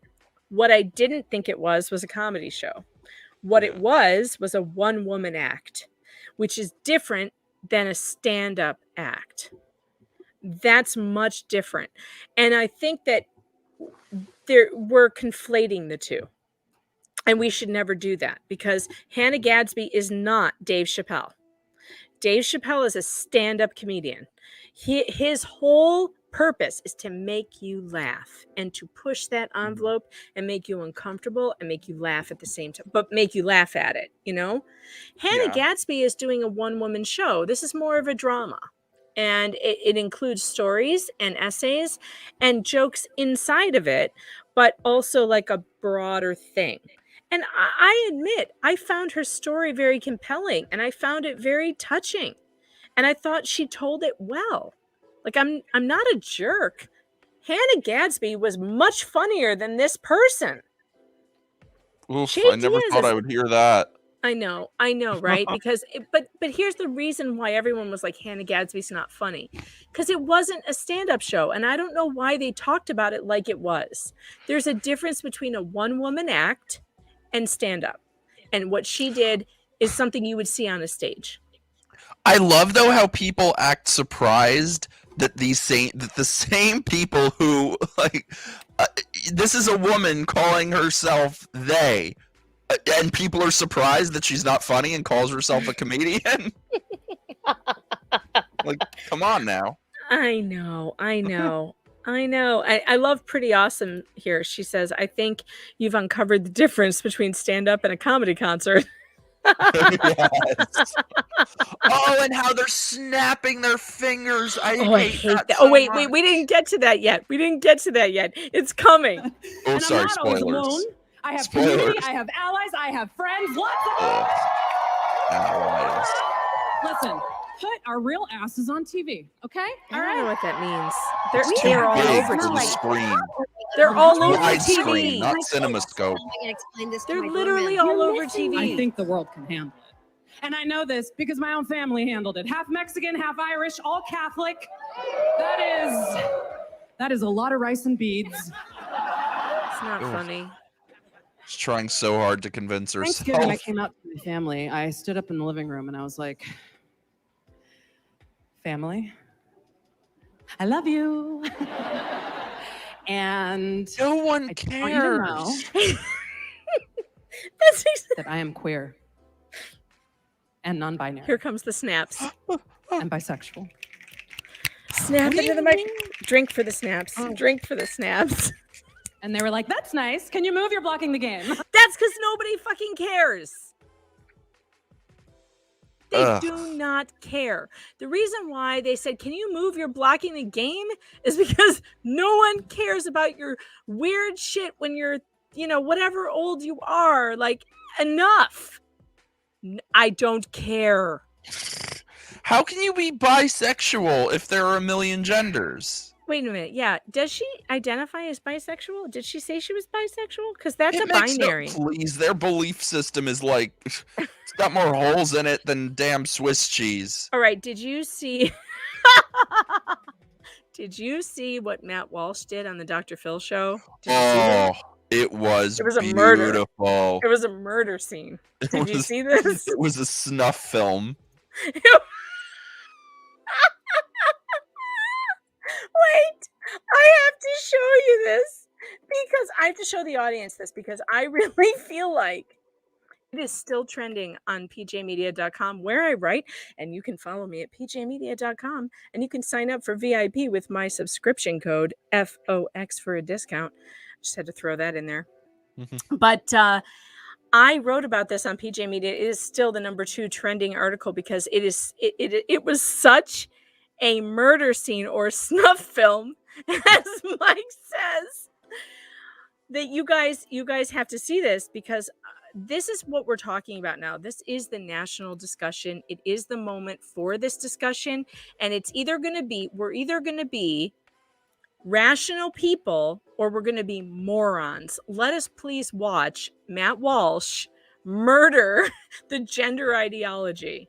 That's a question I would like to throw out to other members of the panel, actually, because just like the 4-year-old can't answer what is a girl.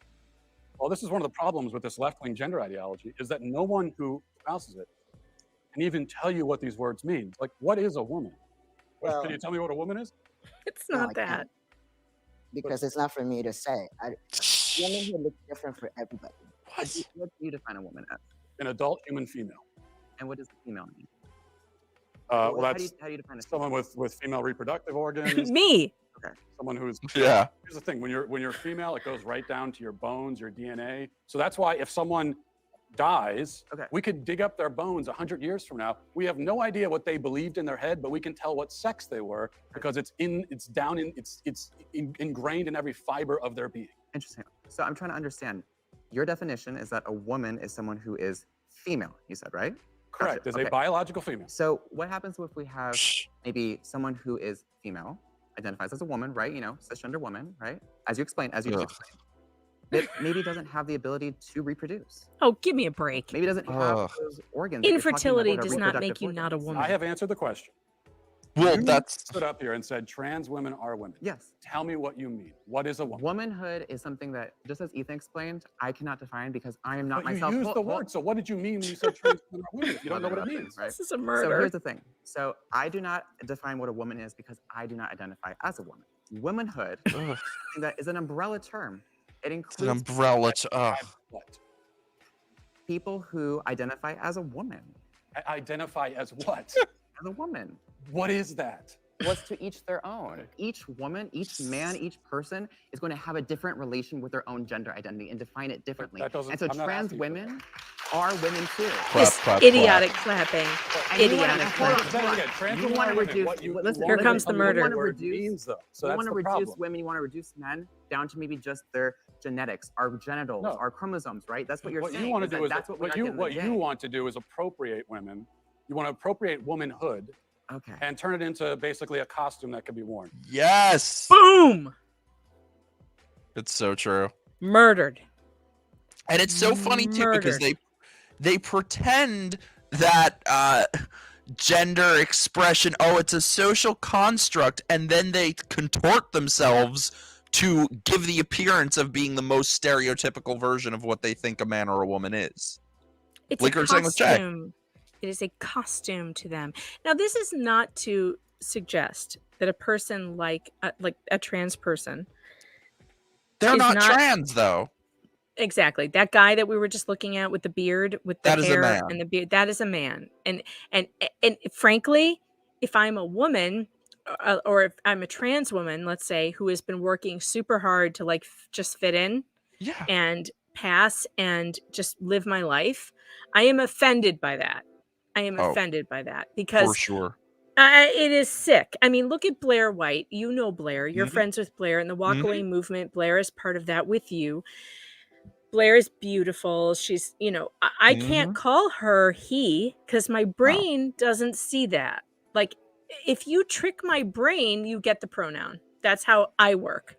Mhm.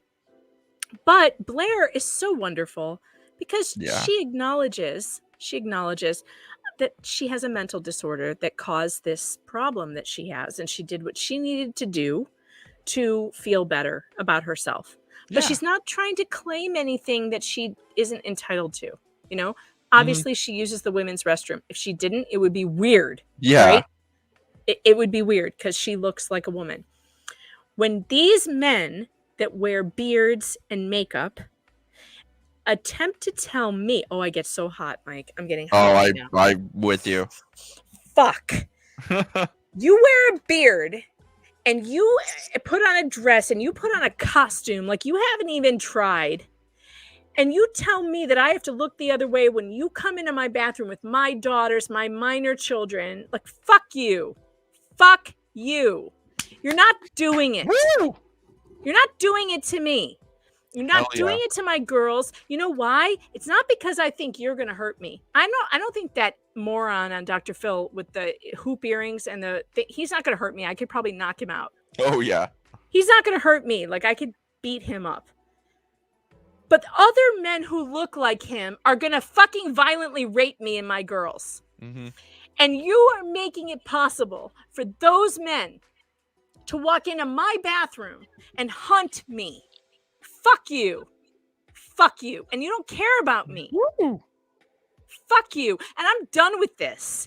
And so are all the women in this world. Look at J.K. Rowling. Good for her. Oh my God. Good for her. She's got fuck you money and like she's using it. Good for her. And that's why, like I said before, they call themselves trans to gain legitimacy, because I think the vast majority of people feel like if somebody is transitioned, if they feel like they are happier living life as the opposite sex, the vast majority of people could not care less and have no problem with that. What we have a big problem with is the rest of this shit that is just defies logic, defies reality itself, and it has nothing to do with being transgender. No. Most transgender people that I've ever known just want to be left alone. Yes. And they just want to live their lives, and I'm totally fine with it. And like, I have no problem with transgender people in my bathroom. Like, because I don't know. If I don't know, I'm not worried. Exactly. If I don't know that I'm not looking at anyone in the bathroom. Yeah. But if you walk into my bathroom with a beard, get ready to get pepper sprayed, fucker. And I'm just telling you right now, like, if you walk into my bathroom like that, I'm going to pepper spray you because I'm going to think that you are a sexual predator or that you are fucking trolling me. And either way, I don't care. Like, stop. Enough. Okay, let's go back before I say something that's going to get me in serious trouble. Have I done anything wrong yet? And let me just say, people need to get a lot more empowered to use a very beautiful word. No. No. Say no. No.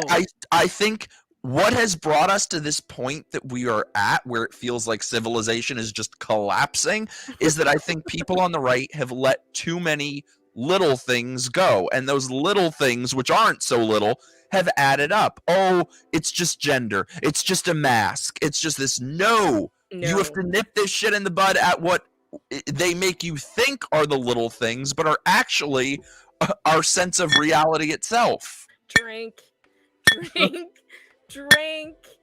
Also, Midnight Toast came up in the comments, so we all need to drink.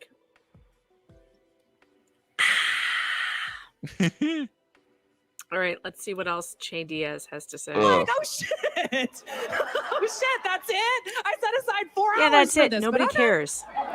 Nobody cared. It's 2022. Seriously, I fucking lucked out with my family, dudes. All families, My family most all families are pretty cool. Loves me. Oh, and now it's the My guilt family trip is on all Charlotte. love and It's the all guilt trip. acceptance. Just walk the fucking game. You don't love because your my family- child. You don't love your child, Mike, if you don't affirm their delusion at 13. Then you could say, okay, then I don't love my child. Say that. Like, cool. I'm cool with that. I'm cool if they think I don't love them. Yeah, I don't give a fuck. That's the thing. Just say no. Snaps. And who the hell needs to say, like, you know, I am very, very, very, very close with my family. I don't think I have ever in my entire life said, my family loves me. It goes back to the same shit of having to say, I'm not sad and alone. If you have to say it, you're probably insecure Maybe your family about it. doesn't love you and they think you're a pain in the ass. Yeah. Oh God! Like, why are you working out all your trauma on everyone else? Like, can you? No keep one your trauma to cares. yourself? Loves me does not mean that they're not confused.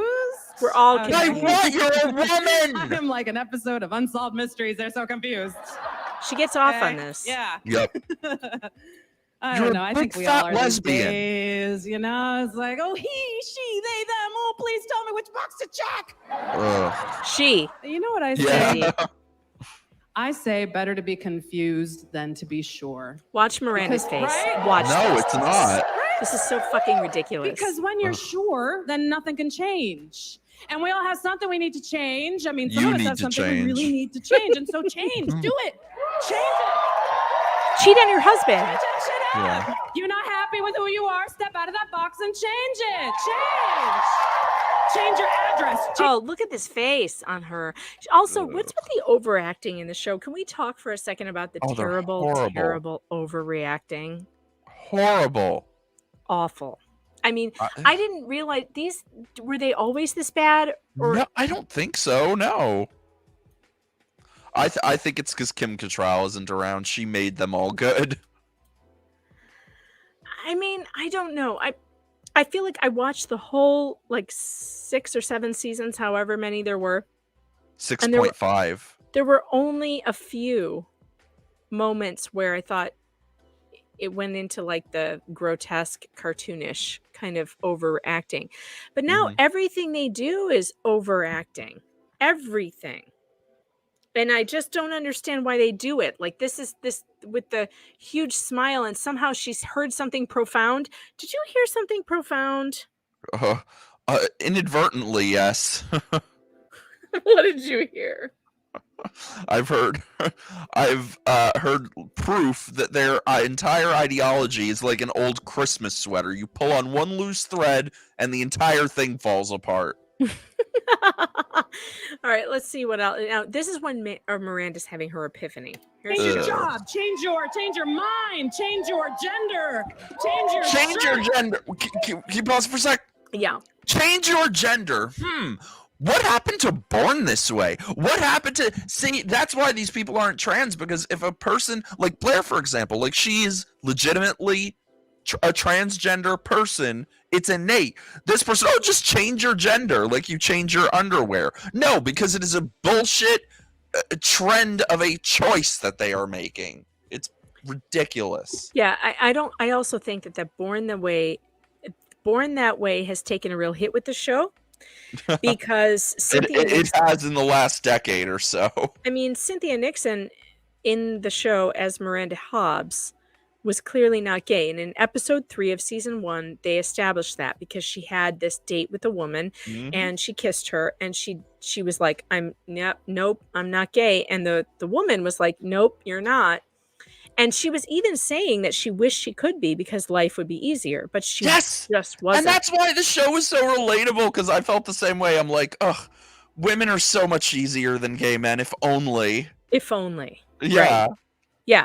And so, I mean, it was very well established. And if we believe, if we are to believe the born this way thing, then it goes both ways. Straight people are also born that way. Do not tell me that I am not born straight. If you are born gay, then I am born straight. And that means Miranda Hobbs, born straight. And the idea that she could just somehow at 55 suddenly turn gay, this is as unscientific, according to them, as conversion therapy. But their entire modern ideology basically is conversion therapy. You know? Oh, that's controversial, Mike. But it's the truth. The truth usually is controversial. It's true. You can't say that they're out to, convert the masses, but that's what they're doing. They are. Why else are they doing this massive marketing campaign? This whole thing is a marketing campaign for LGBTQ plus AI, PPQ, WTF, whatever. Ugh. You forgot the square root symbol. And the ampersand and the semicolon. Mike just made me spit up. Drink.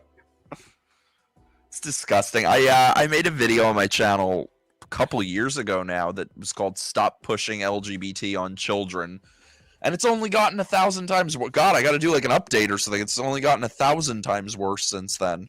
But in that video, I showed a ton of different examples of this kid who was like 12. That it was a girl, and they gave her a double mastectomy, and then by the time she was 13, she's like, I'm not actually transgender. It is so sick. It's not good. None of this is good. T. Royce says Cynthia Nixon used to be so nuanced, but she's become such a terrible actress. Agreed. Mm-hmm. It's just awful. Awful. Wait, are All you right. there? I can't hear you. What? You can't hear me? Can you hear me now? What happened? Are we disconnected? Now I hear you. Okay. All right, Sorry. Fucking Spectrum. Ugh. Spectrum. No, I really, just man. paid Change your them shirt. today too.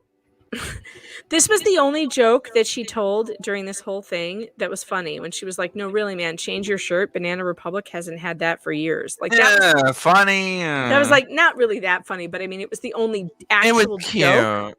But it was the as only. they say. It was the only joke. Like the actual. None of these had a punchline except this one. Banana Republic hasn't Punchlines sold are a that shirt social in like construct. 5 years. So I just want to say to all those people out there who are so fucking sure, all those people who make Wait, TV. stop. Do you see the name of this special? Do you see what it's called? Yes. Ugh. Check the box. Did anybody notice that besides me? Ugh. Check the box. I'm like, and she said check the box on her podcast too, by the way. And who write Oh, for really? newspapers and magazines and I missed that. who run news shows and everyone who wants us to be alone and sad. I What do just I want to give- say, suck my dick. Except you don't have Gives to. a shit if you. And why do you think people Actually, I want don't you to have a be dick. If I alone did, and I sad? would have had this special 5 years ago. Good night. Of course, the sexist joke, because it's always Fuck men. men. Fuck men, right?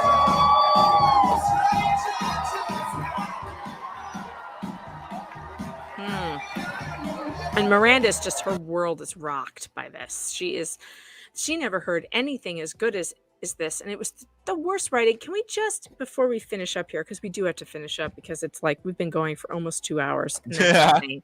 That's insane. But I love you and I've missed you. I love you. I'm escorting my friends tomorrow after he gets surgery. I'm helping him home because I'm not Carrie and I'm not gonna send a fucking guy to go do it, bitch. I love I it. show up. It would be great though if you hired like super buff guys from a bread store to go and do it, because frankly, I think Anthony's little bread business that he has with the hunky guys is a great idea. I'm telling you, I'd watch that spinoff. I love it.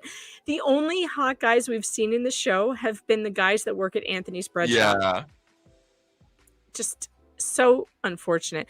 Check the Box should have been the name of this reboot. That's so It's true. true. It should have been. That's so It true. should have been. That would have been great. Oh no, we're frozen apparently. So it's time to say good night because we're getting frozen apparently. Damn So it. this was so fun, Mike. Thank you so This much. was amazing. Oh wait, but before we go though, I have to say, can we talk about real quick Yeah. when Charlotte, because Charlotte at this point is the only like halfway decent person.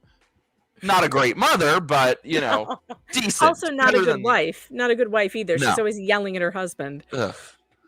But when she tries to tell Carrie about Miranda's drinking, and Carrie is like, what's this? A conversation that doesn't revolve around me? And like could not give two fucks. Yeah. What a narcissist. Yeah, I know. It's true. But that's always been the case with Carrie. She's just awful. So, yeah, I feel don't like she know. at least used to have some redeeming qualities to balance it out at least. Well, I think her redeeming qualities, though, were always about her being cute and fashionable, and they've taken that away. They keep Ooh, good slicking point. they keep slicking her hair back in that horrific Oh, farm like American Gothic grandma way. her eyebrows are practically on the back of her fucking head at this point. And at this age, that is not doing anything for you, sister. Like No. nothing. No, but then they Nothing. put her hair down and it looks like she has weights in her hair. Like she looks like fucking Cousin It. Yeah. I think we got a copyright strike. I think that's what happened. Oh no. Yeah. I think they took us down because of the copyright strike. So I'm probably going to have to go back in and edit and take it out, whatever it was. Oh, that sucks. I know. Oh wait, they say it. We're back. We're back. Oh yay. Yay. But like, yeah, no, the slick back bun is like just absolutely horrific. And I cannot stand the fact that they've made her. Now I'm a girl with curly hair. I have wavy hair, and Carrie, Curly. yeah, Carrie was always like an inspiration for me because she was somebody who had hair like me, which you don't see a lot because Hollywood loves to straighten out all that hair. You know, they just love to straighten out and bleach anybody who has curly hair, which I think is very racist. And they should stop doing that because, you know, Irish girls have curly hair, black girls have curly hair, Mexican girls have curly hair. So do Indian girls. Like, quit straightening our hair. Why does Seema have straight hair? She's Indian. Maybe her hair's not straight. I would like to see curly haired people on TV. And like now they've taken away Carrie Bradshaw, who has been the biggest curly girl hair icon ever. And they just straighten and slick it back. And it's awful. Awful. It's reflective of what they've done to her character. Stripped away all nuance, her charm. I know, it's really, really bad. So anyway, the show has been awful. Thank you for sticking in here with us for as long as you have. We are at 1 hour and 59 minutes. It's time for a big woke moment.